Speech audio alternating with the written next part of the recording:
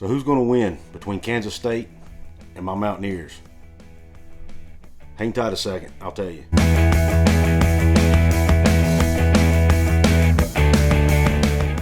What is up, college football fans, fellow members of Mountaineer Nation?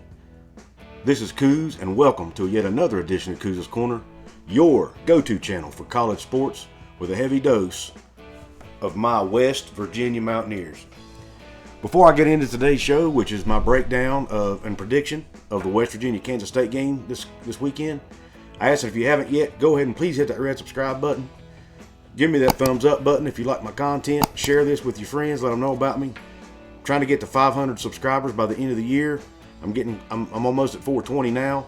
I'm on the drive for 5. So please help me out. Also want to give a shout out to Jonathan Lewis. He's the host of a college football channel called College Football with Jonathan Lewis. I was a guest on his show. You can find that video on his channel. I will post a link to it in the description box here for you to go check out. And I ask that you please subscribe to his channel. He has some really great content. Now let's get on with the show. When I look at these two teams, West Virginia and Kansas State, the first thing that stands out is how even they are statistically. I mean, they are almost dead even in team stats. Look at the stats on the screen right now.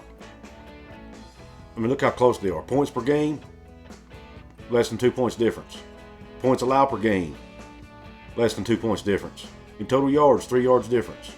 Yards allowed, 17 yards difference. I mean, just down the list, man. The only big differences is West Virginia has thrown for a lot more yards, and Kansas State has run for a lot more yards. But now, those are kind of faux stats because West Virginia has thrown for so many yards because their running game has been terrible and they've had to throw the ball more. They've been more one-dimensional.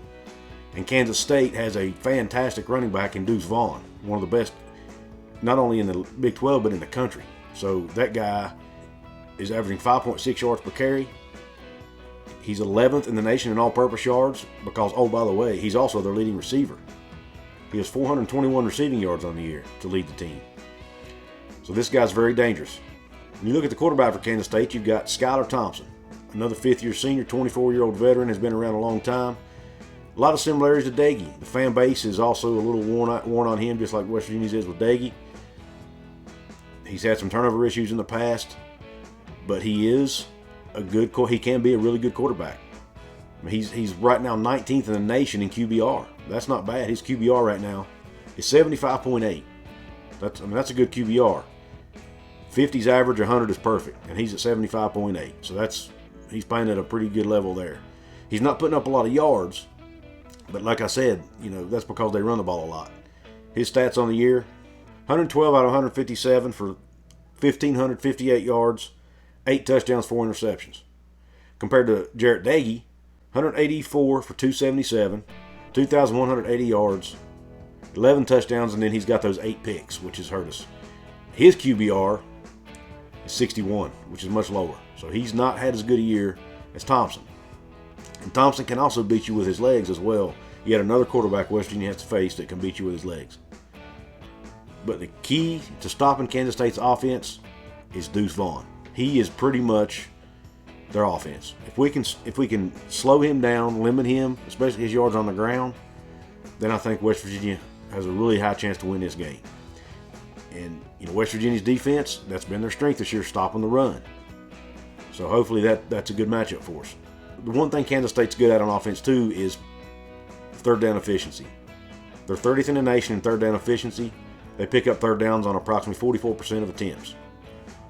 But on the reverse side, West Virginia's defense, 24th in the country, only giving up first downs on 34% of their opponent's attempts on third down. So there again, you got Kansas State's good at picking up third downs. West Virginia's good at stopping them.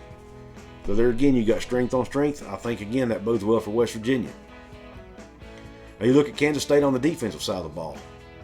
They're, again, eerily similar to West Virginia.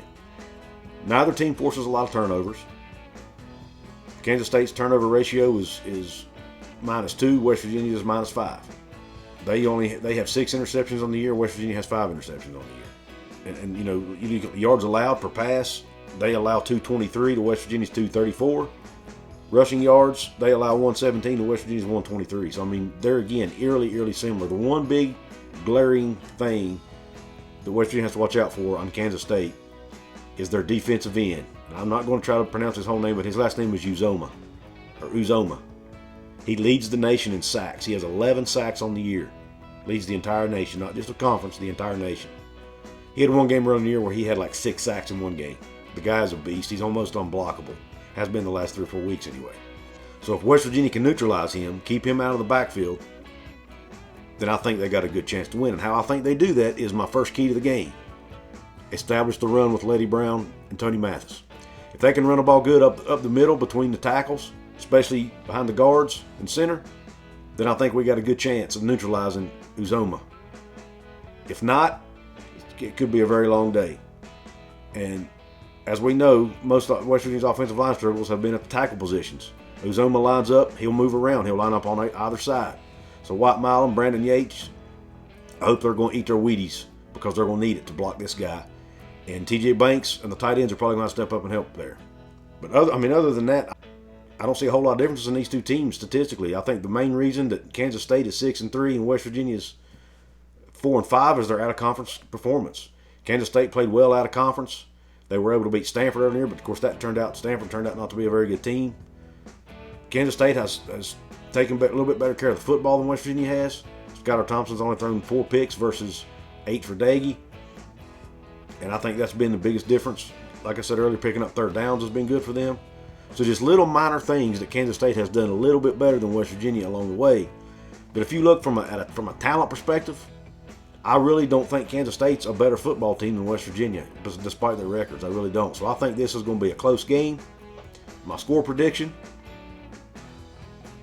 West Virginia 27, Kansas State 24.